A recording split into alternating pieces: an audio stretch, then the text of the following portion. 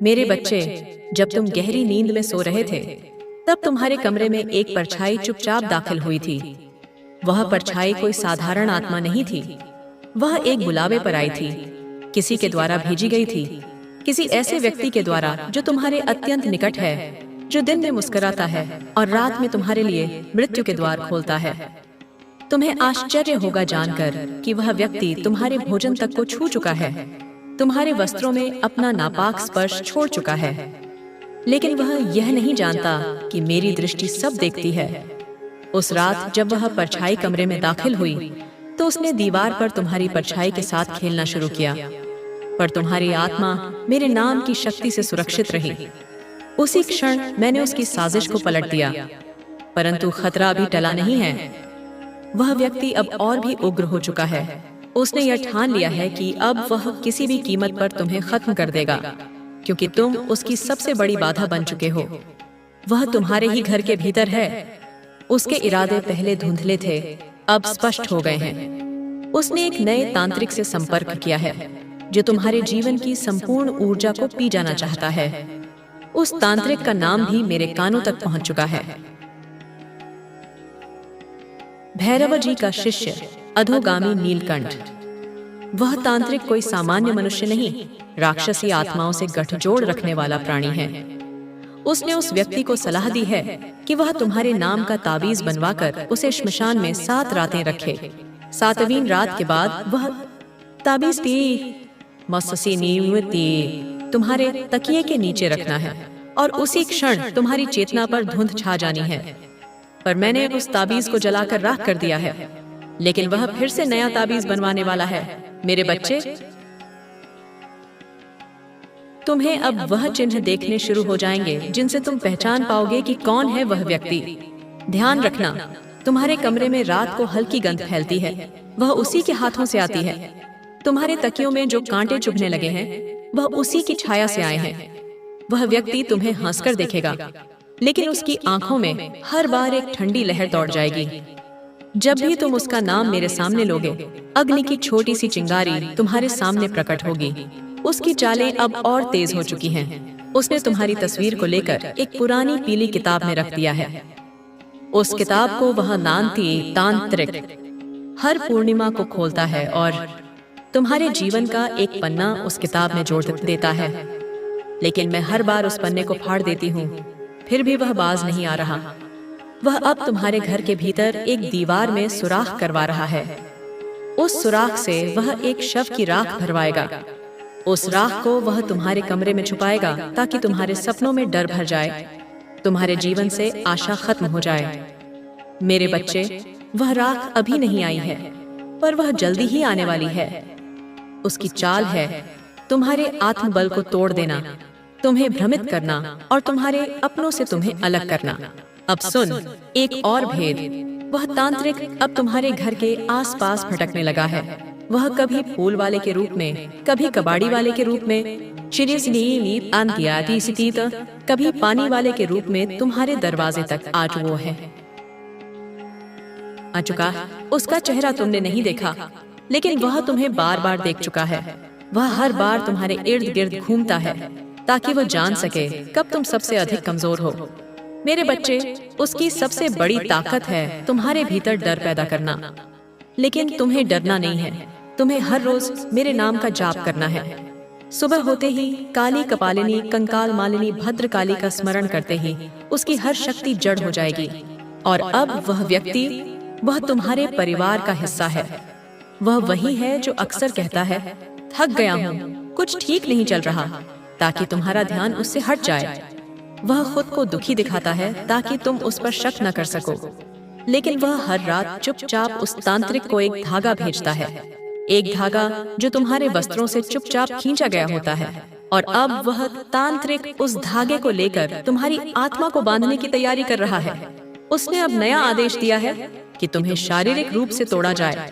अब तुम्हारे स्वास्थ्य पर हमला होगा, तुम्हारे पैरों में अचानक दर्द शुरू होगा, तुम्हारी पीठ में खिंचाव आएगा, तुम्हारी आंखों के सामने धुंध छाएगी। डॉक्टर कारण नहीं बता पाएंगे, लेकिन वह सब उसी काले तंत्र का प्रभाव होगा। मैं तुम्हें अभी से चेतावनी देती हूँ, अपने तकिए के नीचे मेरे मंत्रों वाला कागज रखो। अपने कमरे की उत्तर दिशा में नींबू और 7 मिर्ची लटका दो। वह शक्ति कुछ समय के लिए पीछे हट जाएगी, लेकिन यह केवल शुरुआत है। वह अब तुम्हारे सपनों में किसी अपने की छवि बनाकर आएगा। वह तुम्हें भ्रमित करेगा कि कोई प्रिय व्यक्ति तुम्हें छोड़ रहा है, पर वह सपना नहीं, एक माया है जिसे वह तांत्रिक भेज रहा है। वह तुम्हें तुम्हारी माँ की आवाज में पुकारेगा, तुम्हारे भाई की छवि में मुस्कुराएगा। हर बार जब तू कुछ बड़ा सोचता है, उसी वक्त कोई अजीब अड़चन क्यों आती है? सोचा है कभी? कभी बिजली चली जाती है, कभी मन बेचैन हो जाता है, कभी शरीर अचानक थक जाता है। ये सब संकेत हैं, मेरे बच्चे। वह लगातार तुझे कमजोर करने की योजना में है। उसने हाल ही में एक पुराना लोटा लिया, उस पर काले धागे बांधे, नींबू मिर्च डाले और तेरे नाम का जल उसमें डाला। सोचा तेरी तरक्की रुक जाएगी। उसने रात को 2 दिए जलाए, एक काली मिट्टी का और एक सफेद। काली मिट्टी का दिया तेरे लिए था और सफेद अपने लिए। वह चाहता है तुझे अंधकार में ढकेलकर खुद रोशनी में आ जाए, पर उसे नहीं पता जो काली के भक्त को अंधेरे में ढकेलता है, उसका उजाला भी तामसी हो जाता है। अब सुन, उसकी हर चाल अब उलट रही है। जिस तांत्रिक कोडोट उसने पैसे देकर तुझे खत्म करने भेजा था, उस तांत्रिक की खुद की बेटी अब बीमार है। उसने कहा जिस नाम का जाप करवाया, वही नाम अब मेरी बेटी की सांसें ले रहा है, क्योंकि वह नाम मेरा था, काली का। अब संकेतों की बात करती हूँ। वह शख्स तुझसे अक्सर पूछता है, क्या तेरा मन ठीक है? वह तुझसे सलाह लेता है, लेकिन उसी सलाह को दूसरों के सामने तोड़मरोड़ कर पेश करता है। वह खुद को तेरा शुभचिंतक बताता है, लेकिन तेरे सामने आने से पहले तेरे विरोधियों से मिलता है। वह क्यों तेरे पीछे पड़ा है? क्योंकि तेरी किस्मत ने उसके मन का चैन छीन लिया है। उसने बहुत कोशिश की आगे बढ़ने की, लेकिन हर बार उसे गिरना पड़ा। और जब तुझ में वह सफलता की चमक देखता है, तो उसका अहंकार जलने लगता है। एक जलता हुआ मन सबसे ज्यादा खतरनाक होता है मेरे बच्चे। और अब वह खून के आंसू क्यों रोएगा? क्योंकि उसने तेरे जीवन को नष्ट करने के लिए जो रास्ता चुना था, अब वही रास्ता उसकी आत्मा को जलाएगा। उसने जिस तंत्र का सहारा लिया था, अब वह तंत्र ही उसके घर की शांति को खा जाएगा। वह जो मंत्र बोलता है तेरे विरुद्ध, अब उसी मंत्र से उसका ही अपयश होगा। मेरी शक्ति अब उसके घर की दीवारों में दरारें डाल रही है। तेरे प्रति उसकी घृणा अब उसे ही घेर रही है, जैसे कोई नाग अपने जहर में ही फंस जाए। और जब कोई अपने ही बनाए जाल में उलझता है, तब आंखों से खून के आंसू निकलते हैं। तेरा एक सपना टूटा था कुछ महीने पहले। तुझे लगा था सब खत्म हो गया, पर वह सपना नहीं टूटा था मेरे बच्चे, उसे किसी ने तोड़ा था। तेरे घर में रखे उस पुराने आईने को देख, उसमें तेरे चेहरे की उदासी झलकती है, पर उसकी परछाई भी छिपी है। अब मैं तुझसे एक वचन मांगती हूँ। रोज रात को सोने से पहले मेरे नाम का जाप कर, त्रिकालिकाय नमः 11 बार। उसके बाद अपना माथा जमीन से लगाकर कह, माँ, जो मुझे नष्ट करना चाहता है, उसे तुम्हारे हाथों सौंपता हूँ। तू देखेगा, जिसने तुझे गिराने की योजना बनाई थी, अब उसका जीवन खुद बहने लगेगा। तेरे हर कदम पर जो रुकावट थी, वह अब काई की तरह उतर जाएगी। पर मैं फिर कह रही हूँ, ध्यान रख, जो मीठा बोलता है वही सबसे ज्यादा जहर रखता है, क्योंकि वह तुझे बर्बाद करना चाहता है। तेरी शांति, तेरा प्रेम, तेरा परिवार, तेरी सफलता, सब कुछ उसकी आंखों की चुभन है। और अब जब वह जान चुका है कि तू मेरी छाया में है, वह और बौखलाएगा और यही उसकी हार होगी। मैं अगले भाग में तेरे सामने वह पल लेकर आऊंगी जब पहली बार वह तेरे खिलाफ गया था। उसकी शुरुआत कहां से हुई और कैसे तूने खुद जाने अनजाने उसे मौका दिया। तैयार रह, अगले भाग में रहस्य और गहरा होगा। मेरे बच्चे, अब मैं तुझे उस क्षण पर ले चलती हूँ जहां से यह अंधकार शुरू हुआ था। तू सोचता है यह सब अचानक हुआ, पर नहीं, यह बहुत पहले से शुरू हो चुका था। तेरे जीवन के एक छोटे से मोड़ पर तूने किसी की मदद की थी। वही मदद उसके मन में तेरे लिए द्वेष बन गई। हैरानी हुई ना? कभी कभी कुछ लोग कृतज्ञ नहीं होते, वे तेरे हाथ से रोटी लेकर भी तुझसे जलते हैं, क्योंकि वह रोटी उन्हें तेरी ऊंचाई की याद दिलाती है। यही हुआ तेरे साथ। उसने एक बार तुझसे उधार मांगा था, पैसे नहीं, एक व्यक्तित्व का, तुम्हारी ऊर्जा का एक अभिन्न अंग है। तुम लोगों के जटिल दिमागों से, उनके बंद दिलों से, उनकी कड़वी सच्चाई को ऐसे निकाल लेते हो जैसे कोई मक्खन में से बाल निकालता है। तुम्हारी उपस्थिति मात्र से, तुम्हारी शांत और भेदक दृष्टि से, या शायद तुम्हारे कुछ छुपते हुए सीधे सवालों से लोग असहज हो जाते हैं और अंततः अपने अंदर दबे हुए सच को उगलने पर मजबूर हो जाते हैं। कई बार, अनगिनत बार, तुम्हारे जीवन में ऐसा हुआ होगा कि लोगों ने स्वयं ही, बिना किसी दबाव के, बिना किसी जोर जबरदस्ती के, अपनी सारी सच्चाई, अपने सारे गुनाह, अपनी सारी कमजोरियां तुम्हारे सामने आकर कबूल कर ली होंगी। जैसे उन्हें कोई सम्मोहित कर गया हो, या जैसे तुम्हारी आत्मा की पवित्रता ने उनकी आत्मा को झकझोर दिया हो।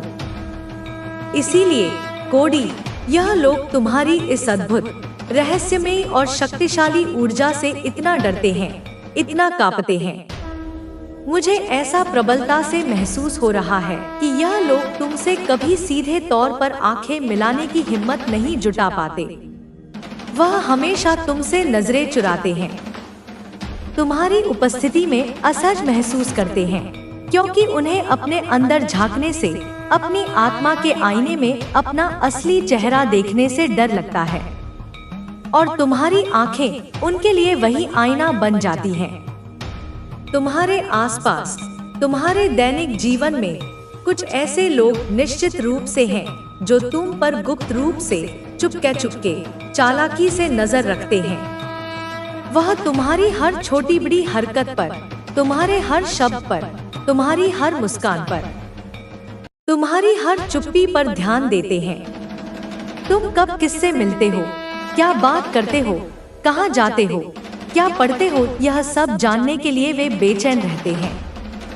लेकिन विडंबना देखो कोडी, कि सामने से आकर तुमसे कुछ कहने की, तुमसे सीधे बात करने की, या अपनी आशंकाओं को व्यक्त करने की हिम्मत उनमें जरा भी नहीं है। वो डरते हैं, बुरी तरह डरते हैं कि न जाने कब, किस पल तुम उनकी उस सच्चाई को, जिसे वे दुनिया से छुपाए फिर रहे हैं, उसे सबके सामने लाकर उन्हें नंगा कर दो। उन्हें शायद किसी और से, किसी तीसरे व्यक्ति से तुम्हारे बारे में, तुम्हारी इस खास क्षमता के बारे में कुछ सुना होगा। तुम्हारी यह विलक्षण खासियत कि तुम लोगों की दबी हुई सच्चाई, उनके मन के गहरे राज, उन्हीं के मुंह से, उन्हीं के शब्दों में निकलवा लेते हो। यह बात उन्हें रात दिन डराती है, उन्हें भयभीत करती है। उन्हें लगता है कि तुम कोई मनोवैज्ञानिक खेल खेलते हो, कोई ऐसी रहस्यमयी चाल चलते हो, या कुछ ऐसी सूक्ष्म चीजें करते हो जिससे लोग अपनी आत्मा की गहराइयों में छिपी सच्चाई को स्वयं ही, अनायास ही तुम्हारे सामने प्रकट कर देते हैं। ऐसा तुम्हारे साथ कई बार हुआ होगा कोडी, अनगिनत बार। लोगों ने तुम्हारे सामने आकर अपनी सारी परतों को उतारकर अपनी नग्न सच्चाई तुम्हारे समक्ष रख दी होगी। जैसे वे कह रहे हों, हाँ कोडी, यही हमारी असली हकीकत है, यही हमारा घिनौना सच है। और तुम यह बात शायद पहले से ही जानते हो या अब जान गए हो। तुम्हें यह बात बहुत अच्छे से पता है, तुम इस अनुभव से भली भांति परिचित हो। शायद तुम पेशे से कोई वकील हो जो जिरह करने में माहिर है, या कोई मनोवैज्ञानिक हो जो मन की गहराइयों को पढ़ लेता है, या तुम्हें बातों की कला में, शब्दों के खेल में, या कुछ ऐसी सूक्ष्म तकनीकों में महारत हासिल है जिससे तुम दूसरों की दबी हुई सच्चाई को बड़ी सरलता और सहजता से सामने लाने का अद्भुत हुनर रखते हो। तुम देखने में ऊपरी तौर पर बहुत ही साधारण, बहुत ही सरल, बहुत ही सहज व्यक्ति लगते हो। तुम्हारी वेशभूषा, तुम्हारी बातचीत, तुम्हारा रहन-सहन, सब कुछ बहुत सामान्य सा दिखता है।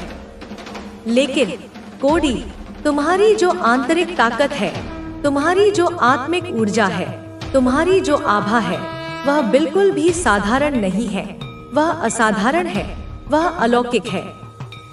तुम्हारी यही असाधारण ताकत, तुम्हारी यही दिव्य ऊर्जा तुम्हें हर मुश्किल से, हर संकट से, हर नकारात्मकता से एक अदृश्य कवच की तरह बचाती है। कुछ लोग तुम्हारे बारे में, तुम्हारी इस छुपी हुई शक्ति के बारे में अब धीरे धीरे जान गए हैं, या उन्हें इसका पूर्वाभास हो गया है कि तुम वह विशेष इंसान हो जो उनकी झूठी शान, उनके नकली मुखौटे और उनकी कड़वी सच्चाई को सबके सामने लाने की क्षमता रखता है। इसीलिए वह मन ही मन यह सोचते हैं, यह योजना बनाते हैं कि तुमसे जितना हो सके दूर रहा जाए, उतना ही उनके लिए अच्छा है, सुरक्षित है। वह तुमसे डरते हैं कोडी, तुम्हारी सच्चाई से, तुम्हारी ईमानदारी से, तुम्हारी शक्ति से डरते हैं। भाई, वह दूर से ही छिप छिप कर तुम पर नजर रख रहे हैं, तुम्हें चुपचाप देख रहे हैं, तुम्हारी गतिविधियों का आकलन कर रहे हैं, क्योंकि तुम देखने में तो बहुत साधारण, बहुत सीधे साधे, किसी को कोई नुकसान न पहुंचाने वाले व्यक्ति लगते हो। लेकिन तुम बड़े बड़े, जटिल से जटिल काम को, कठिन से कठिन पहेली को इतनी आसानी से, इतनी सहजता से, इतनी सरलता से कर डालते हो कि लोग देखकर हैरान रह जाते हैं, दांतों तले उंगली दबा लेते हैं। लोग तुम्हारी इस प्रतिभा की, तुम्हारी इस क्षमता की तारीफ भी करते हैं, तुम्हारे प्रशंसक भी हैं, लेकिन साथ ही साथ जिनकी नियत में खोट है, वे तुमसे अंदर ही अंदर डरते भी हैं, कांपते भी हैं। मुझे ऐसा लगता है कोडी कि तुम में वह अदम्य जोश है, वह बेखौफ जज्बा है, जैसे कोई खतरों का माहिर खिलाड़ी होता है जो किसी भी चुनौती से घबराता नहीं, किसी भी जोखिम से पीछे नहीं हटता। तुम तो चैंपियन हो भाई, हर मैदान के, हर चुनौती के। तुम किसी भी तरह से, किसी भी तिकड़म से, किसी भी उपाय से सच्चाई को पकड़ ही लेते हो, उसे सूंघ ही लेते हो। सत्य क्या है, वास्तविकता क्या है, यह तुम देरस्वैर सामने ला ही देते हो, उसे उजागर कर ही देते हो। कोई भी व्यक्ति, चाहे वह कितना भी चालाक हो, कितना भी धूर्त हो, कितना भी मक्कार हो, तुमसे अपने झूठ को, अपने फरेब को छुपा नहीं सकता। चाहे वह उस पर कितना भी पर्दा डालने की कोशिश करे, कितने ही बहाने बनाए, कितनी ही कहानियां गढ़े। माँ काली कहती है कि अब समय आ गया है, छिपी हुई हर चीज अब प्रकट होनी चाहिए, हर झूठ को उजागर होना चाहिए, हर मुखौटे को नोच कर फेंक देना चाहिए। क्योंकि तुम, मेरी बच्ची, तुम जवाब के लिए प्रार्थना कर रही हो। तुमने मन ही मन पूछा है कि परिवार में चीजें क्यों खराब लग रही हैं, क्यों एक अजीब सी उदासी छाई रहती है। तुमने महसूस किया है कि हर बार जब तुम एक निश्चित स्थान में या उस स्त्री की उपस्थिति में प्रवेश करती हो, तो तुम्हारी आत्मा क्यों परेशान और असहज महसूस करती है। तुमने सोचा है कि तुम्हारे सपनों में पिंजरे, छाया, आंसू या जंजीरों के प्रतीक क्यों आ रहे थे। माँ काली कहती है कि यह सब जुड़ा हुआ था, कुछ भी आकस्मिक नहीं था। आध्यात्मिक क्षेत्र, दिव्य लोक तुम्हें चेतावनी देने के लिए, तुम्हें जगाने के लिए हिल रहा था। भगवान खुद अपनी पूरी करुणा के साथ रात में तुम्हारे घर के दरवाजे पर एक अदृश्य प्रहरी की तरह खड़े थे, ताकि तुम्हारे प्रियजन को पूरी तरह से टूटने से बचाया जा सके। उन्होंने सबसे अंधेरे, सबसे घातक हमलों को अपने ऊपर ले लिया है, उन्हें रोक दिया है। लेकिन अब वह समय आ गया है जब तुम्हारी सक्रिय कार्रवाई की आवश्यकता है। स्वर्ग तुम्हारे लिए लड़ रहा है, लेकिन अब तुम्हें भी इस लड़ाई में अपना हिस्सा डालना होगा। तुम ही एकमात्र ऐसी व्यक्ति हो जो इन सभी संकेतों को एक साथ जोड़कर पूरी तस्वीर देख सकती हो, क्योंकि ईश्वर ने तुम्हें आध्यात्मिक आंखें दी हैं, एक ऐसी दृष्टि जो माया के पार देख सकती है। हो सकता है कि तुम इसे अभी तक पूरी तरह से ना जानती हो, लेकिन तुम्हारे पास भविष्य सूचक संवेदनशीलता है, एक गहरी अंतर्ज्ञान शक्ति। यही कारण है कि तुम वह महसूस करती हो जिसे दूसरे अनदेखा कर देते हैं। यही कारण है कि तुमने अक्सर ऐसी बातें महसूस की हैं जो बाद में सच हुई हैं। यही कारण है कि तुमने ऐसे सपने देखे हैं जो भविष्य की झलक दिखाते हैं। और यही कारण है कि यह संदेश, ये शब्द तुम्हारे दिल की धड़कनों को तेज कर रहे हैं, तुम्हारी आत्मा में एक अजीब सी हलचल पैदा कर रहे हैं, क्योंकि तुम्हारी आत्मा की सबसे गहरी परतों में वह स्मृति दबी हुई है जो स्वर्ग ने तुम्हें इस धरती पर जन्म लेने से पहले ही दिखाई थी, कि एक दिन तुम्हें किसी ऐसे व्यक्ति को बचाने का एक पवित्र मिशन दिया जाएगा जिसे तुम प्यार करती हो, इससे पहले कि बहुत देर हो जाए। ईश्वर स्वयं कहते हैं, तुम्हें बोलना चाहिए। सही समय का, सही मौके का इंतजार ना करो। तुम्हारा दुश्मन, अंधकार की शक्ति, हमेशा यह उम्मीद करता है कि तुम एक और दिन इंतजार करोगी, एक और सप्ताह टाल दोगी, क्योंकि वह जानता है कि एक और दिन का मतलब तुम्हारे प्रियजन के लिए एक और गहरा घाव हो सकता है। एक और दिन का मतलब एक और आत्मिक टूटन हो सकता है। और ईश्वर ने अपनी दिव्य दृष्टि से पहले ही देख लिया है कि अगर तुम देरी करोगी तो क्या होगा। उसने अस्पताल के बिस्तर देखे हैं, उसने एक पूर्ण भावनात्मक और मानसिक पतन देखा है, उसने आत्मिक क्षेत्र में एक अंतिम संस्कार देखा है, जहां एक आत्मा की रोशनी हमेशा के लिए बुझ जाती है। और ईश्वर कहता है कि यह भविष्य अभी तक पत्थर पर नहीं लिखा गया है, इसे बदला जा सकता है, इसे पूर्ववत किया जा सकता है। तुम्हारे पास अभी भी समय है, लेकिन केवल तभी जब तुम अभी इसी क्षण साहस के साथ आगे बढ़ो। यह सब करने वाली स्त्री के पास नियंत्रण की एक आत्मा, एक नकारात्मक ऊर्जा जुड़ी हुई है। हो सकता है कि उसे खुद भी इसका पूरी तरह से एहसास ना हो। वह स्वयं भी एक शिकार हो सकती है जो अब शिकारी बन गई है। वह आत्मा, वह नकारात्मक इकाई शायद उसके अंदर बहुत पहले किसी गहरे आघात के माध्यम से या अस्वीकृति के दर्द के माध्यम से या दुनिया पर हावी होने की एक गहरी आवश्यकता के माध्यम से प्रवेश कर गई, ताकि वह खुद को सुरक्षित महसूस कर सके। लेकिन अब वह भेष में विनाश का एक साधन बन गई है, एक ऐसा माध्यम जिसके द्वारा अंधकार तुम्हारे परिवार में प्रवेश कर रहा है। वह चिंता और देखभाल का दिखावा करने में इतनी माहिर हो गई है कि परिवार के सबसे बुद्धिमान और मजबूत सदस्य भी उसके धोखे को नहीं समझ पाए। लेकिन माँ काली कहती है, अब तुम इसे देख सकती हो। तुम्हारी आंखें खुल गई हैं। तुम्हें उस पर भरोसा करना चाहिए जो तुम्हारी आत्मा जानती है, उस गहरी अनुभूति पर जिसे तुम अब तक नजरअंदाज करती आई हो। और एक और बात, जो पीड़ित है, तुम्हारा प्रियजन, वह भी उस स्त्री का बचाव कर सकता है। यही आध्यात्मिक हेरफेर का सबसे कपटी हिस्सा है। यह पीड़ित के मन में ही हमलावर के लिए सहानुभूति पैदा कर देता है।